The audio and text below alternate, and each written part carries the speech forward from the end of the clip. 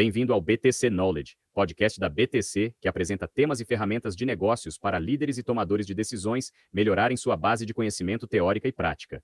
A seleção dos assuntos é feita por Renato Aracaki, founder da BTC, conselheiro de empresas e mentor nos temas de finanças corporativas, corporate strategy e pricing. Nos próximos 15 minutos, vamos percorrer uma síntese executiva do Triple Fit Strategy, de Christoph Sen e Mehak Gandhi, publicado pela Harvard Business Review Press. O foco não é resumir um livro, é traduzir o método em decisões práticas para acelerar o crescimento a partir das nossas relações com clientes. Tudo começa com uma única pergunta: e se nós e o cliente fôssemos uma só empresa, como trabalharíamos juntos? Essa pergunta muda o ângulo. O crescimento sustentável não vem de vender melhor o produto, vem de orquestrar o crescimento mútuo, começando pelo negócio do cliente. Quando as duas empresas passam a enxergar assim, criam uma linguagem comum e um mapa de crescimento conjunto. O método persegue 3 encaixes entre fornecedor e cliente, no planejamento, na execução e nos recursos. Daí o nome Triple Fit. É a lógica do 1 mais 1 igual a 3. O valor cocriado supera a soma das partes. E não é teoria. São 25 anos de pesquisa sobre mais de 10 mil relações de negócio. A jornada tem 3 partes. Primeiro, entender as trajetórias, repensar a lógica de crescimento, iniciar o diálogo estratégico e definir as oportunidades que mudam o jogo com cada cliente. Segundo, navegar a jornada, focar onde há crescimento, executar planos validados pelo cliente e manter o momento. E terceiro, sustentar as condições, desenvolver as pessoas certas, formar líderes patrocinadores e construir uma cultura de uma só empresa. Para você, como executivo, o que este material entrega é objetivo. Um diagnóstico da saúde das relações estratégicas na visão do cliente, um mecanismo para transformar contas em motores de crescimento lucrativo e um roteiro de 90 dias para começar sem grande orçamento. A lógica tradicional de encaixe produto-mercado, por definição, maximiza o resultado do vendedor e deixa de fora justamente o valor que só se cria em conjunto. Na prática, a maioria das conversas entre empresas fica presa na armadilha comprador-vendedor, volume, preço e desconto, num jogo adversarial, e o talento começa a faltar onde mais importa. A pesquisa mostra que apenas 15% dos vendedores de linha de frente atuam de fato como parceiros, e apenas 14% dos líderes seniores adotam uma postura centrada no cliente. O resultado disso são rupturas de relacionamento no lugar de saltos de valor. A implicação para o negócio é direta. Esses 15% que operam como parceiros dobram o negócio em 3 anos, em média. A questão não é vender mais, é mudar o modelo de relacionamento. E a oportunidade é enorme. O mercado B2B global vale quase 15 trilhões de dólares, cerca de 4 vezes o mercado de consumo, e responde por perto de 80% das transações diárias no mundo. Quem acerta a centralidade no cliente no B2B acessa um pool de lucro até 10 vezes maior. Por que a maioria não captura isso? Porque confunde centralidade no cliente com centralidade no consumidor. Pesquisa de satisfação, NPS e chatbots não bastam numa relação entre empresas, porque a voz do cliente raramente chega ao conselho quando a estratégia é formulada. O caso Microsoft e Nokia ilustra o custo. 7 anos depois, o negócio de aparelhos foi abandonado. Os clientes-chave teriam visto isso vir. A boa notícia é que mudar essa postura custa pouco dinheiro. Custa sair da zona de conforto interna. No centro do método está uma virada de perspectiva. De um lado, a visão centrada no produto, de dentro para fora, aquele orgulho de engenharia que trata o cliente como plateia de cinema, que só entra no fim para dizer se gostou. Essa visão atua em apenas um dos 9 blocos da relação e ignora o resto. Foi assim que Xerox e IBM, com produtos superiores, perderam os mercados que mais cresciam. Do outro lado, a visão centrada no cliente, de fora para dentro. O cliente vira coautor do roteiro, orçamento, cronograma, elenco, direção e entrega. É orquestrar todas as atividades para o sucesso do cliente, com lucro, multiplicando os pontos de contato de valor pelos 9 blocos. A implicação é que a estratégia deixa de olhar só para concorrentes e mercado e passa a olhar de forma estruturada e contínua para o cliente. O framework tem 3 níveis, e cada um responde a uma pergunta estratégica. O primeiro é o encaixe de planejamento. Realinhar as estratégias às prioridades do cliente envolve estratégias, relacionamentos e comunicação. O segundo é o encaixe de execução. Reconfigurar como as soluções são desenhadas e entregues, soluções, processos e sistemas. E o terceiro é o encaixe de recursos. Realocar os ativos organizacionais para o crescimento alinhado, pessoas, estruturas e conhecimento. Juntos, os 3 níveis formam um mapa de crescimento desenvolvido em conjunto com o cliente, não um plano imposto de cima para baixo. Esses 3 níveis, com 3 blocos cada, formam o Triple Fit Canvas, 9 blocos que estruturam toda a relação numa única visão. No planejamento, estratégias, uma colaboração mutuamente acordada, relacionamentos, contatos fortes, do operacional ao executivo, e comunicação, um diálogo aberto, justo e voltado ao futuro. Na execução, soluções e propostas de valor únicas, processos alinhados ao longo da cadeia de valor e sistemas de TI, financeiros e jurídicos compatíveis. Nos recursos, pessoas atuando como conselheiros de confiança, estruturas de suporte cross-funcional e conhecimento aplicado para co-criar negócios mais lucrativos. Cada bloco recebe uma nota de 1 a 5 na visão do cliente. Assim, o Canvas é, ao mesmo tempo, ferramenta de diagnóstico e de plano de ação. Como se mede tudo isso? Com um questionário simples, 10 afirmações, uma visão geral mais os 9 blocos, com notas inteiras de 1 a 5, respondidas na perspectiva do cliente. Ele é enviado a vários contatos, em áreas, regiões e níveis diferentes para uma leitura de 360 graus, sem o viés de quem se autoavalia. Leva de 10 a 15 minutos e vira um retrato repetível a cada 6 a 12 meses. A soma dos 9 blocos é o que chamamos de Triple Fit Performance, que vai de 9 no mínimo a 45 no máximo. Blocos com média até 2,5 sinalizam área prioritária de ação. E há um momento de virada que se repete.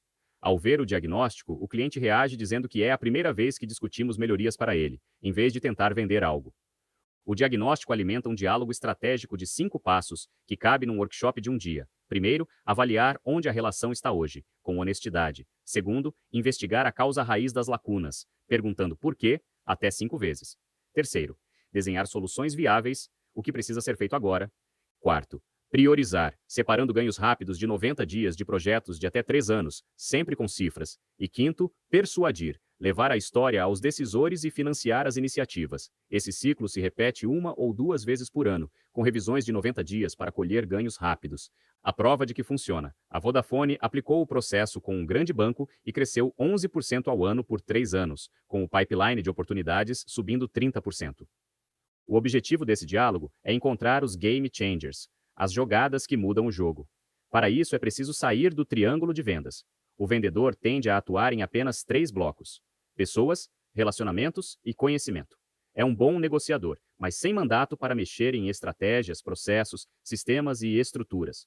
A perspectiva de negócio total atua nos 9 blocos ao mesmo tempo e abre valor onde a concorrência não olha. Para agir num portfólio inteiro, usa-se a matriz de Hot Issues. Ela consolida as notas validadas pelo cliente de várias contas, mostra a média de cada bloco e aponta onde agir. Blocos com média até 2,5 viram prioridade, com um estado-alvo definido.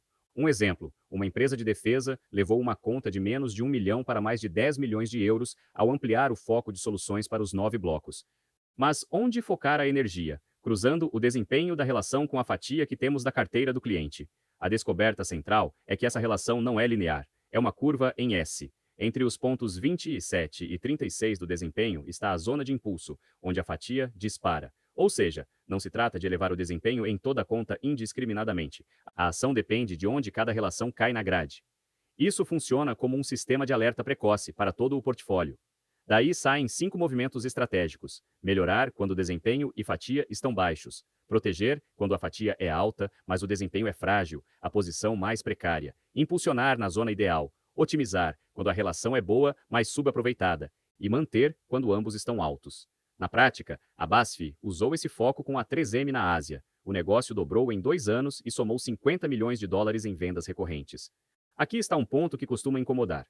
A maioria dos planos de conta é, na verdade, uma lista de desejos. Mais de 90% dos times não compartilham o plano com o cliente. Mais de 80% dos planos têm só análise e ação, falta a estratégia. E pela regra 80-20, cerca de 20% das contas geram até 80% da receita e da margem. A solução é estruturar um plano de crescimento em 3 partes: análise, estratégia e ação.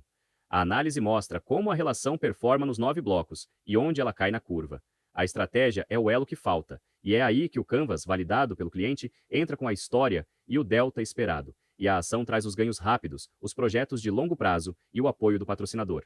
A prova, a Hillebrand Gori validou o plano com o grupo Penha-Flor e identificou 7 milhões e 800 mil dólares de receita adicional, cortando prazos e emissões. Ter o plano não basta, é preciso conseguir o sim dos decisores, e isso se faz com uma história bem construída, capaz de gerar adesão em menos de 10 minutos. Ela tem 3 elementos.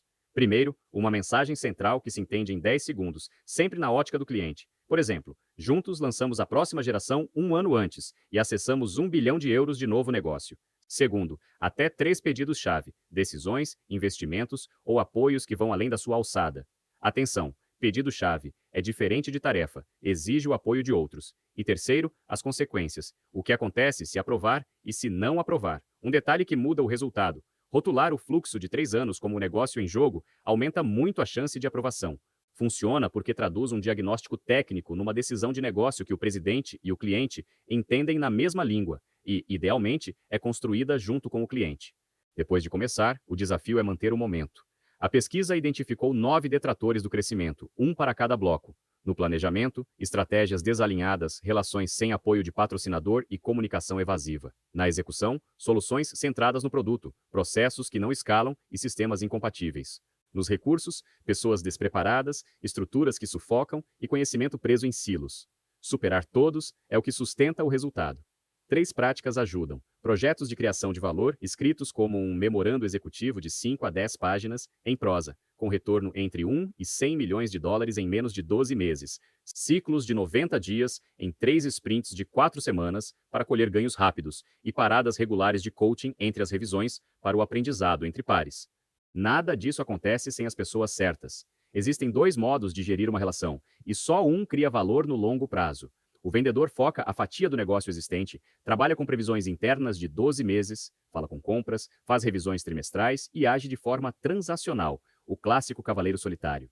Já o orquestrador, o que chamamos de Customer General Manager, busca ampliar a carteira além do existente, constrói um roadmap de 3 anos validado pelo cliente, mantém um diálogo estratégico em todo o ecossistema e uma governança compartilhada com gestão de risco conjunta. É um intraempreendedor que orquestra sem poder formal. Ele se apoia em 4 vantagens: de relacionamento, com rede multinível e confiança; comercial, gerindo a parceria como um negócio; de conhecimento, traduzindo inteligência em vantagem; e de liderança, com influência sem autoridade formal. E o topo da casa? O envolvimento dos executivos com o cliente varia enormemente, e o resultado também. A pesquisa identificou 5 papéis: o ausente, presente em 28% dos casos, e o canhão solto, em 21%, praticamente não geram crescimento.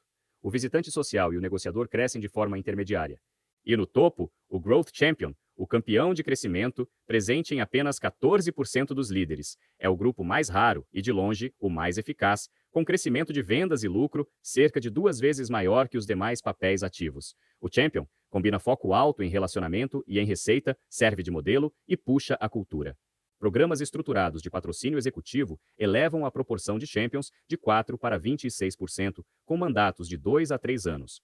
A recomendação ao presidente é clara: designar patrocinadores pelo potencial de longo prazo, não pelo comportamento de compra atual. No nível da organização, o objetivo é uma cultura de uma só empresa, porque, como diz o ditado, a cultura come a estratégia no café da manhã. E foco não basta, é preciso acertar os 3 níveis ao mesmo tempo. Ir bem em 2 e mal no terceiro sabota todo o plano. Há 3 armadilhas típicas: a da ambição, planejamento e execução fortes, mas recursos fracos, muitas ideias e compromissos, sem gente, verba ou investimento para o breakthrough. A da entrega, planejamento e recursos fortes, mas execução fraca, as promessas não se concretizam. E a da agitação, execução e recursos fortes, mas sem alinhamento com o cliente, a empresa faz mais do mesmo, se ocupa internamente e perde contas. O antídoto é conectar os silos ao redor do cliente. Cada bloco tem um dono interno, e os insights do Canvas funcionam como um sistema de alerta precoce. Vale reforçar que isso não é conceito abstrato. Os resultados aparecem em setores e geografias diversos. Maersk e Kotahi alinharam uma década de parceria, destravando centenas de milhões em oportunidades e renovando um contrato de bilhões. A BASF dobrou o negócio com a 3M na Ásia em 2 anos. A Schindler gerou mais de 16 milhões de dólares de economia para um cliente e passou a enxergar o pipeline por 10 anos. A Vodafone cresceu 11% ao ano com um banco. A Konica Minolta viu uma conta crescer 300%. E a Navigator multiplicou o negócio por 10 em menos de 3 anos. A leitura executiva é simples. O padrão se repete entre indústrias. Ao trocar a disputa de preço por cocriação, cliente e fornecedor crescem juntos. Para fechar, o que fazer a partir de agora e sem grande orçamento? 4 decisões de liderança: escolher de 5 a 10 contas estratégicas e rodar o diagnóstico validado pelo cliente. Nomear campeões de crescimento para essas contas, com mandato de 2 a 3 anos. Transformar planos de conta em planos de crescimento, com pedidos-chave claros. E instituir ciclos de 90 dias, levando a voz do cliente à agenda do conselho. O roteiro de 90 dias é direto. Nos primeiros 30 dias, diagnosticar. Dos 30 aos 60, desenhar os game changers e a história. E dos 60 aos 90, provar valor com ganhos rápidos e escalar para o portfólio. Tudo começa por uma pergunta: se fôssemos uma só empresa, como iríamos ao mercado de forma diferente? Faça a pergunta, escute com atenção e implemente os insights, uma relação de cada vez. Boa criação de valor. Chegamos ao fim deste episódio. Se esta conversa te fez enxergar as relações com clientes de um jeito novo, leve uma ideia para a prática ainda esta semana, uma relação de cada vez. Todo o material que apresentamos aqui está à sua disposição. É só escrever nos comentários a frase "Gostei do tema, gostaria de receber o material", que a gente responde e envia direto para você. E se você gostou, se inscreva e acompanhe o BTC Knowledge Podcast. Nos próximos episódios, seguimos transformando grandes ideias de negócio em decisões práticas para o seu dia a dia. Um abraço, até a próxima e boa criação de valor.